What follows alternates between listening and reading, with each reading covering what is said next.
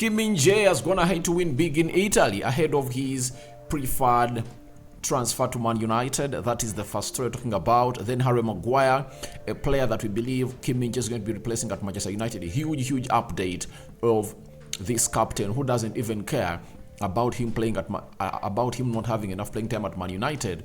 And the Athletic has gone ahead to throw into a very huge story that we need to go ahead and really dissect and say what is really running deep in the head of Harry Maguire. And there is a David De Gea move that we need to talk about. A new resolution has been reached at by Man United and David De Gea. And lastly, Sofyan Amrabat is another CDM that United have gone ahead to get linked to. And this really has gone ahead to excite me, because if I told you here Sofyan Amrabat, you exactly know that he's one of the best midfielders we saw at the World Cup. He was going to Barcelona in the January transfer window. Barcelona wanted to get him on loan with no option to buy. Obviously, get what happened. They told them you should get him on loan with an option to buy. And same applies to Man United. That's the same reason that was given as to why we never signed the player. So let's discuss a little bit about stories coming in from Italy as far as defender Min-jae is concerned. Yesterday, the Italian Serie A came to an end, and guess what happened? It was all about Manchester United target Min-jae winning Serie A best defender of the season. And you really understand why Erik ten Hag is obsessed with this player. You know, before even I gave my eyeballs to Min-jae playing for Napoli this season, I first heard Jose Mourinho coming out and letting us know that he had told the board to sign him from China, and they signed him for like 2.5 million euros. That is it. That is Min-jae for you. And now they are going to make almost times 20 the amount of money they bought him from China. Jose Mourinho came out and really said that he had told the board of AS Roma to sign Min-jae, and they really slowed and they never believed in the player, because certain clubs believe that getting a quality player, you are supposed to go on and really spend huge. So why have I gone ahead to really drop in that hint? Because Jose Mourinho has been known for signing elite defenders. In his entire career, he has been known for signing elite defenders and identifying elite defenders. Why? His game is built on a watertight defense. That's it. That's why when it comes to him getting defenders, he's really one of the best. At Chelsea, I think he ushered in John Terry. He brought in Carvalho. You remember, Carvalho was really one of the solid defenders in the league, and that partnership of Carvalho with John Terry really played very many games. Jeremy Njitap used to play him as a right back. So he went ahead bringing in solid center halves in his entire tenure. When you look at Man United, he brought in Eric Bailly. We all understand that Eric Bailly, if at all he was not an injury-prone player, he would have gone down in history to be one of the best defenders of Manchester United. He has every good attribute of a good defender, apart from him going into tackle as opposed to go in for. But he's a fierce defender that every striker will fear to go in him, because he knows that he will go in hard on every strike. I think that mentality is into Lisandro Martinez. You've seen Lisandro Martinez this season. He just doesn't fear any tackle. He'll tackle you anyhow. He brought in Victor Lindelof. That is it. That is Jose Mourinho for you. And who else did he bring in? He brought in Diego Dallo. You see, Diego Dallo is one of the most improved players under Erik ten Hag. And he has gone ahead to sign elite defenders and elite goalkeepers and elite CDMs, because he knows exactly what his game rolls on. So when I saw Jose Mourinho talking all that about Min-jae, that was scouting him way far in Asia, that is China, I got to know how good this player was, because Jose Mourinho has a very good eye contact for good center backs. And for forwards, I don't really give him credit, but for defenders, I give him credit. But yesterday, Min-jae was named the best defender in the Serie A season. Obviously, obviously, if at all you go ahead and really sign the best defender in the Serie A, that is going to be something massive. You know, Italy and Catanaccio are two words that have always been married together.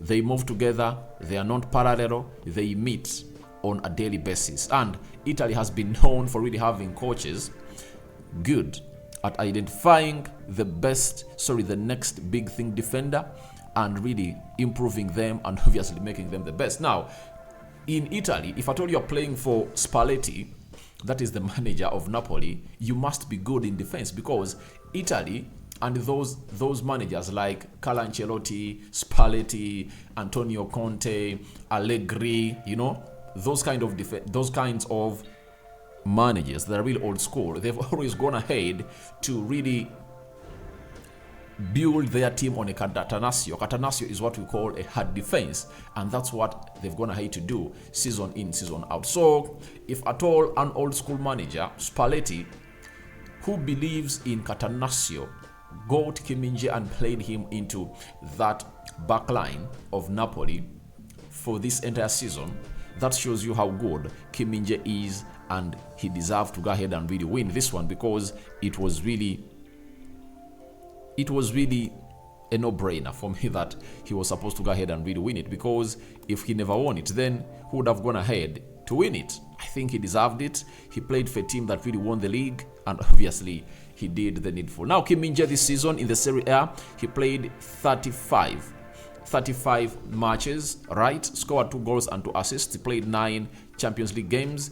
He is not an injury-prone player, and this is the man who is going to come in through and obviously brave us all weather through the entire season uninjured. And you would love to get players like Min-jae, because they are really good and they needful to really put their bodies on the line. And when it comes to really scoring goals, they'll come out and obviously help you be a threat in those set pieces. That is Min-jae. Now, I just want to know, how many clean sheets did he keep? How many clean sheets did Napoli keep this season?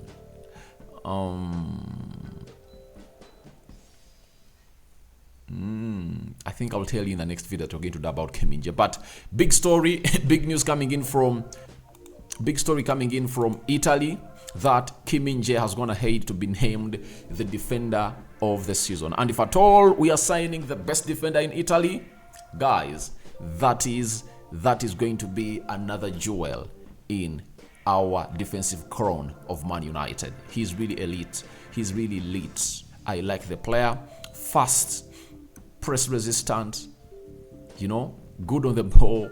He has a very good long range passing. You know, the way he dribbles through the central axis of the pitch, you know, to add a lot of pressure onto the forward line. So he's really great. Good in the air, scores goals. Our aerial threat is going to be increased by his presence. Now, let's talk about the player that Min-jae is going to replace at Man United. What is into the locker of Harry Maguire, and especially what was in his brain? The Athletic this morning told us that Man United... Sorry guys. Let me try to make it right. I've just gotten half of this tweet, but... let me get it right. Let me get it at its full length about Harry Maguire. But the fact is, Harry Maguire has found himself in a situation of not getting enough playing time at Man United, and everyone would think that he would have gone ahead to make a decision to leave Man United, because it's evident that Erik ten Hag doesn't trust him, and he just needs to make a decision of really quitting the club of Man United. But as it stands, Harry Maguire has found himself in a situation of really wanting to stay at the club of Man United. And obviously, it's because of the pressure being piled to him by the England national team coach that he really wants to come on through and obviously leave the club of Man United, because there are fears that if at all he doesn't really play enough games, he's really going to be thrown under the bus at the Euros. And I think that's one of the factors that have gone ahead to really force him really leave the club of Man United. But if at all that wasn't the case, looks like Harry Maguire would have gone ahead to stay.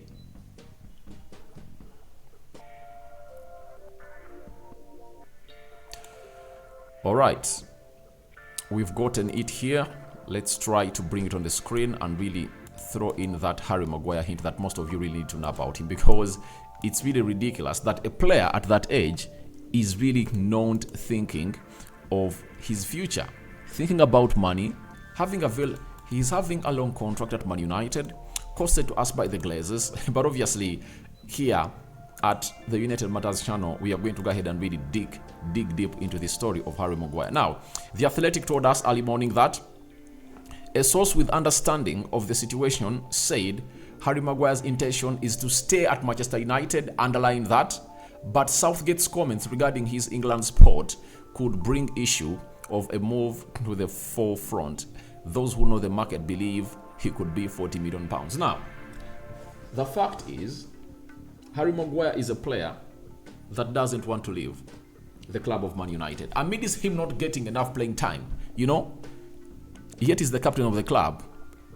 He's really here to stay. Remember, we gave him a 6-year contract, with an option of a further year, meaning that if we signed him in 2019, those are 7 years. So signing him for 7 years guarantees him to be at the club of Man United until 2026, meaning that he still has 3 years left on his contract. So he doesn't want to lose out on the money. Why? He knows that no team is going to come out and really give him 200 grand per week. That team is not there. That is 100 million pounds per year. The team is not there. And he knows that he has a very high chance to win trophies at Man United, because him not playing and lifting those trophies is really going to make him a lot of sense. Amidst us coming out and obviously throwing in lots of slates to him, and castigating him, for him it's okay with him, because history will remember him as a captain of United that lifted very many trophies. And trust me, if Harry Maguire stayed at the club of Man United for the next 2 years, he might find himself lifting a Champions League, a Premier League, an FA Cup, a FIFA World Cup, a Super Cup, name it. Meaning that he would have gone ahead to really accomplish his full journey of winning all what he was supposed to win at the club level. That's it, because there is no other reason that he's really sporting, especially on the field of play. United is going in for Min-jae. That makes him a 6th choice centre back at the club of Man United. And you cannot come out and really tell me that that is something a sane person can come out and really think of. He's not willing to go on and knock on the door of Eric Ten Hag and tell him, please tell me your plans. I will want to leave the club if at all I'm not in your plans. So, but the beauty of this is Southgate has gone ahead to help us solve this equation. He's not willing to play him in the Euros if at all he doesn't really get enough playing time. That is it, because the media has gone ahead to select him enough that why do you pick a player like Harry Maguire ahead of players that are really playing well and playing for big teams in the central defense? That's a very huge call that has gone ahead to perturb the England national team manager. So let's leave the Harry Maguire stuff there and let's tackle a little bit of David De Gea, as revealed to us by Chris Wilder. And who is Chris Wilder? Chris Wilder is a football writer for the Daily Mail. He has told us that De Gea is on the verge of signing a new contract. The 32-year-old has agreed terms, but it has yet to be signed off by United, and what unfolded at Wembley could still have consequences. At the very last, David De Gea knows his number one status is no longer guaranteed. And this doesn't belong to any player. No player at Man United has a spot guaranteed. That's it. This season, David De Gea had the spot guaranteed because he was only the elite goalkeeper that we are having. But Ten Hag said it even about Marcus Rashford, that he needs to deserve to start, to be in his starting 11. He said it on Alejandro Garnacho that he needs to deserve to start, to be in his starting 11. Even on the youngsters, Facundo Pellistri, Kobe Menu, and Zidane Iqbal, Ten Hag said it in camera that these players need to prove to him that they deserve to be in his starting 11, not because a player is talented and he should throw him in there anyhowly. So, no player at Man United is guaranteed for his spot. You remember even when Lisandro Martinez returned from the World Cup, he was really doing bad with his fitness. We played close to 7-8 games when Lisandro Martinez was not starting. Remember, even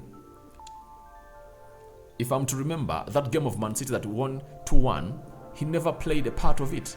That is Lisandro Martinez for you. So, and Lisandro Martinez is one of those players that you really understand how good he is and how he makes us better in the central defense. So, let no one come here and lie to you that there is a player guaranteed for a starting spot at Man United. No way. That player is not there. I think even if at all we get a replacement or a backup for Casemiro that can really do a job, there are certain games that Casemiro would have not again to start, because there are certain games where Casemiro looked bad and worse, you know. Same applies to Eriksen, Bruno Fernandes, Marcus Rashford, Antoine Martial, name it. No one is having a game to start. But for David De Gea, I understand he's going to put pen to paper. That's it.